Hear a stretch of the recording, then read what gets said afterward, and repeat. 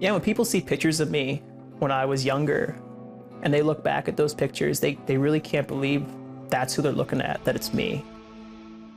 From an early age, Justin Willoughby had a passion for food. Food was like my best friend. It would comfort me, it would bring me pleasure, and it took away the anxiety, it took away all my emotions for a moment, it numbed me, if you will. Hitting second grade, I was around 200 pounds. Going through middle school, I probably hit around 350, 400, 450.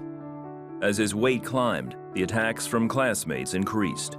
They would say things like, "You're fat, you're ugly, you waddle," just a bunch of vulgar names. And then that stuff would make me want to go to food. I got a lot of pleasure from it, a lot of acceptance, because it just made me feel good. My panic attack started at 14 years old. The doctors put me on medication. The medications help in a temporary sense to where, they make me feel a little numb and kind of tired. Justin grew more sedentary and his weight increased, but nothing freed him from his depression and fear. Around this time, a friend of his mom, a woman named Marge, started talking to Justin about Jesus. She talked to me about how God can help me through the anxiety attacks and such, and that He wouldn't leave me or forsake me, that He was with me always.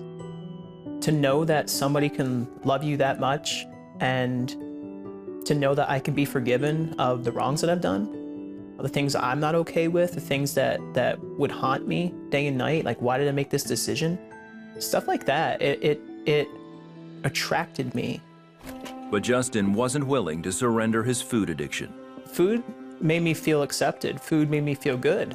Food, it made me feel like everything else didn't matter. Felt like it loved me, even though it didn't. But it made me feel satisfied and fulfilled.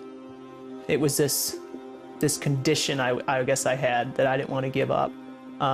So yeah, there was this battle going on. When he was 16, Justin went to a doctor for an insurance physical. And the doctor looked at me and he was stunned. He looked me over, he checked me over, and he was really anxious. He was really unsure if I was healthy and if I was okay. He was sent by ambulance to a hospital in Pittsburgh for more testing. There, the seriousness of his morbid obesity became real. I remember my parents being at the foot of the bed, and they looked at the bed scale. My mom walks up to me and she says, "Honey, do you know how much you weigh?" And I said, "No, I don't." And she goes, "You weigh 799 pounds. And I was blown away and numb at the same time. And I thought things like, who could love me? I'm so large, who would love me? I don't offer much, I just sit here and I eat. And those are real thoughts that entered my mind, for sure. And those thoughts plagued me.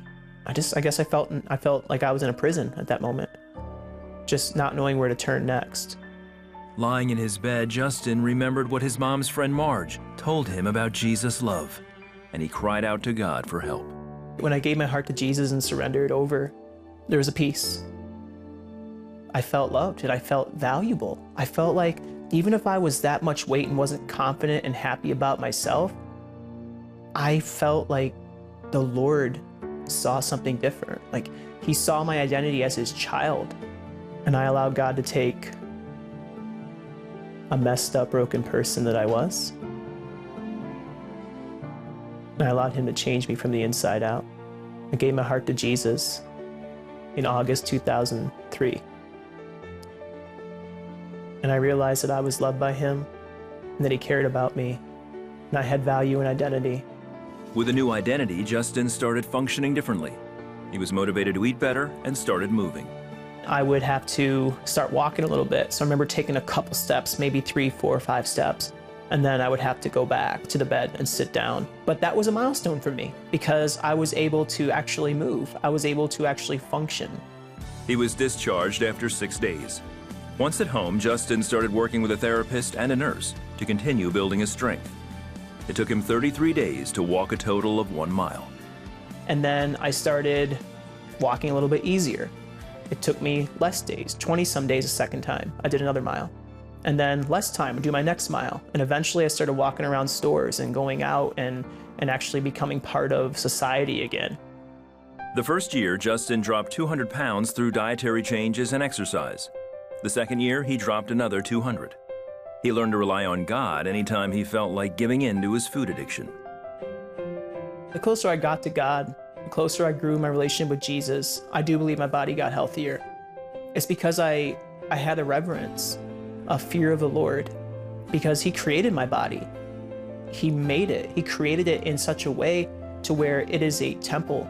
You know, he lives in it. If God comes to live in you, if he dwells in your body, if he dwells in a temple, don't you think that temple should be taken care of? Today, over 10 years later, Justin remains addiction and panic attack free. He is married and has shared his transformative story on radio, TV, and church meetings. As a weight loss coach and motivational speaker, Justin enjoys pointing others to the life-changing power of Jesus.